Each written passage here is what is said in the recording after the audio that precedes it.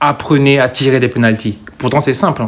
Apprenez à tirer des pénaltys. Je ne sais pas si vous le faites assez lors des entraînements. Si c'est le cas, c'est pas assez. Concrètement, le Mali vient de reproduire match pour match ce qui s'est passé contre la Côte d'Ivoire il y a 2 ans. Ils mènent 1-0. Ils sont sur un plan de vue qualité de jeu supérieure à l'adversaire. Il manque un penalty qui devrait être consolidé et décisif. Certes, il n'y a pas eu de carton rouge pour l'adversaire comme il y a 2 ans de cela, mais la qualité de jeu était encore une fois au rendez-vous. Le Mali, son problème, c'est que lorsqu'ils mènent au score, ils ne savent pas tenir ce score intact durant 90 minutes. Ils pensent que le fait de mener au score, surtout de 1-0, est suffisant pour remporter la victoire. Bah non.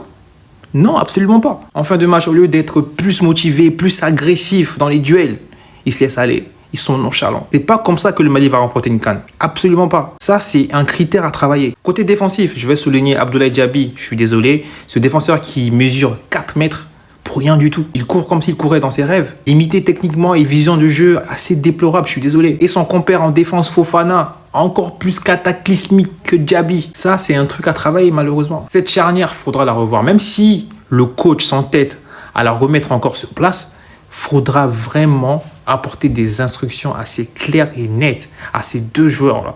Et qu'en fin de match, de ne pas se relâcher comme ils l'ont fait au but de la Zambie. Et le sujet principal, les pénaltys ou les tirs au but comme vous voulez. J'ai l'impression que la plupart des équipes à la CAN ne se donnent pas assez dans cet exercice de pénalty. Il y a une absence de routine individuelle importante dans ce domaine. Je ne suis pas coach, mais si cette vidéo est amenée à être vue par la fédération malienne, je l'espère, mettez en place un système, s'il vous plaît, pour les tirs au but, pour les pénaltys. Si c'est déjà le cas, forcez là-dessus.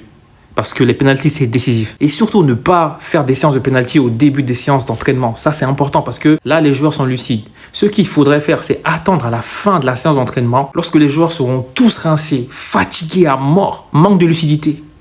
Tu les mets devant le péno. Tu crées un petit tournoi, mini-tournoi. Et tu fais en sorte que chacun tire des pénaux. Au minimum 3 à 4 ou 5 pénaux. Et essayer de reproduire ce même environnement de pression que causent les pénaltys dans un vrai match, mais en entraînement. Je vous promets que si vous faites ça, ça va changer amplement. Je ne dis pas qu'on va marquer tous nos pénaltys, mais il y aura un changement drastique. Ça, c'est sûr et certain. Bref, pour clôturer cette vidéo, je tiens à présenter mes condoléances aux supporters maliens qui a perdu la vie, hélas, lors de ce match contre la Zambie. C'est tragique et déplorable, donc prions pour lui et que la terre lui soit légère.